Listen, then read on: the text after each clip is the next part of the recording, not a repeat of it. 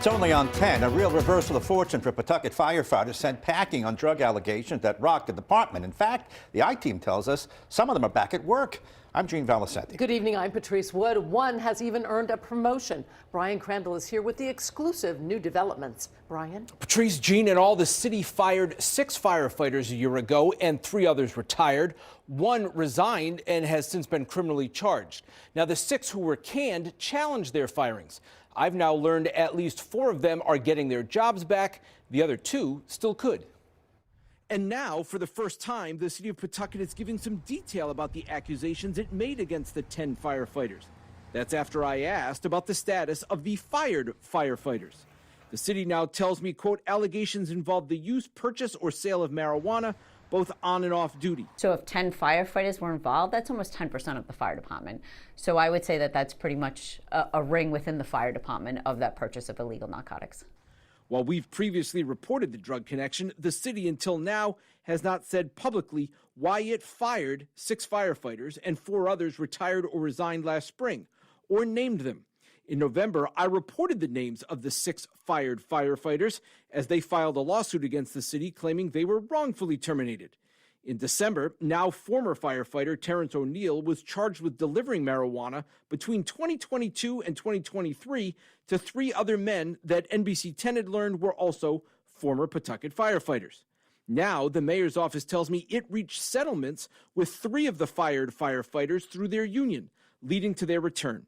Stephen Gomes was back on the payroll January 1st, Thomas Trabulsi on March 15th, and Noah LeBlanc has a return date of October 16th.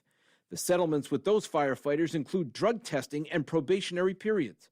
Meanwhile, the 3 other fired firefighters went to arbitration with the city. Jonathan Sundquist and Loretto Guglietta remain terminated as they await the outcome. But Clinton Lyles returned to work a week ago.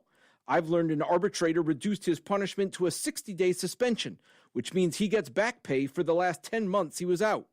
In the arbitration ruling I obtained, Lyles was accused of texting a fellow firefighter in 2022 if he could buy an ounce of smoke, and then bought it at the other firefighter's house.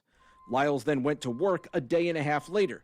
The ruling notes there is no evidence that he used marijuana on the job or came to work under the influence of marijuana. We were disappointed. We don't necessarily agree with it. The firefighters union posted on social media that Lyles is being promoted to a lieutenant tomorrow. Pawtucket Police Chief and Acting Public Safety Director Tina Gonsalves fired the firefighters. Do you think the city was overzealous in firing all them? I do not. I think that the city has to take a very strong stance, especially when it comes to public safety. Are you concerned about these guys coming back to work? So obviously I have concerns, and that's why there are conditions put on their return. I believe they inflated the accusations. Eric Cordero is the firefighters union president. Acknowledge that they did do something wrong? Oh, absolutely. Is this kind of the right battle to pick, defending these guys who are firefighters, supposed to be public safety, and they might have been using drugs, potentially some of them at work, or at least connections through work? Yeah, absolutely. The union nor myself condone any drug use while on duty at all. But the union didn't think they should be fired. Now, the city is paying one of the firefighters it settled with more than $12,000 in back pay. The other 2 aren't getting any. The city says it doesn't yet have the figure on how much back pay Lyles will now get or how much they've paid out in legal fees.